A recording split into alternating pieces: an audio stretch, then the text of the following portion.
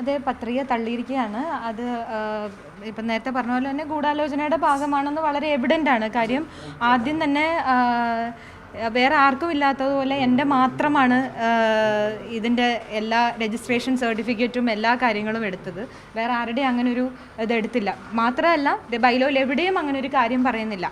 ഇതാണ് ബൈലോ പ്രകാരം 23-ാമത്തെ പോയിന്റ് പ്രകാരം ഏതൊരു റെഗുലർ മെമ്പറിനും അവരുടെ പേരിൽ 3 സെൻസർ സർട്ടിഫിക്കറ്റ് കാണിച്ചു കഴിഞ്ഞാൽ അവർക്ക് ഇതിൽ എലിജിബിൾ ആണ് എന്നുള്ളതാണ്. ഇതിനകത്ത് ഒരു കീ പോസ്റ്റിലേക്ക് മത്സരിക്കാൻ എലിജിബിൾ ആണെന്നുണ്ട്. അത് പ്രകാരം എല്ലാ എലിജിബിലിറ്റിയും ഉള്ളൊരു ആളായിട്ട് പോലും അവർ ഒരു നിയമവിരുദ്ധമായ വഴിയിലൂടെ ഒരു ഭരണാധികാരിയെ വെച്ച് എൻ്റെ പത്രിക തള്ളുകയാണ് ഉണ്ടായത്. അത് ഒരു ജനാധിപത്യ രീതി ആ മാർഗത്തിലൂടെ എന്നെ തോൽപ്പിക്കാൻ പറ്റില്ല എന്നവർക്ക് ഉറപ്പായതുകൊണ്ടാണ് ശരിക്കും പറഞ്ഞാൽ മത്സരിച്ച് ജയിച്ച് കാണിച്ചു തരികയാണ് ഇവർ ചെയ്യേണ്ടത്. അതിന് പകരം അങ്ങനെ ജയിക്കാൻ പറ്റില്ല എന്ന് ഉറപ്പായപ്പോൾ ഇങ്ങനൊരു ഭരണാധികാരിയെ, ഇതൊരു അനധികൃതമായ അപ്പോയിൻമെൻ്റാണ് ഈ ഭരണാധികാരിയുടെ പോലും.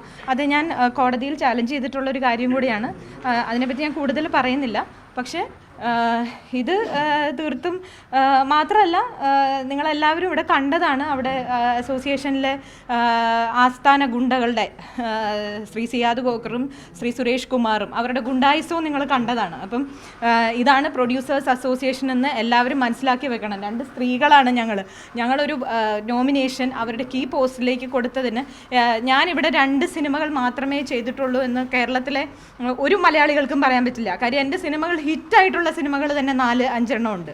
അപ്പോൾ 9 സിനിമകൾ എൻ്റെ സ്വന്തം പേരിൽ സെൻസർ ചെയ്തിട്ടുള്ള ഒരാളായ എൻ്റെ ഇവിടെ ഓൾറെഡി ഇവിടുത്തെ അസോസിയേഷൻ്റെ രജിസ്റ്റേർഡാണ് എൻ്റെ എല്ലാ സിനിമകളും. എന്നിട്ട് പോലും അതൊന്ന് കാണാൻ പോലും തയ്യാറാവാതെ നോക്കാതെ അദ്ദേഹം റിജക്റ്റ് ചെയ്യുകയാണ് ഉണ്ടായത്. ഇത് തീർത്തും വേദനാജനകമാണ്. മാത്രമല്ല എന്നോടുള്ളൊരു അനീതിയാണ് ഈ കാണിക്കുന്നത്.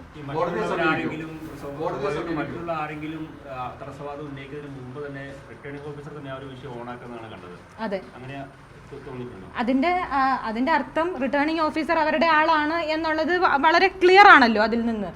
മറ്റാരും പറയുന്നതിനേക്കാൾ മുമ്പ് അദ്ദേഹം തന്നെ പറഞ്ഞു എനിക്ക് എലിജിബിലിറ്റി ഇല്ല. അദ്ദേഹം കാണാൻ പോലും നിന്നില്ല. വേറൊരാളുടെയും ഇത്രയും നോമിനേഷൻസ് അവിടെ നോക്കിയിട്ട് എൻ്റെ മാത്രമാണ് പേപ്പേഴ്സ് എല്ലാം എടുപ്പിച്ചത്.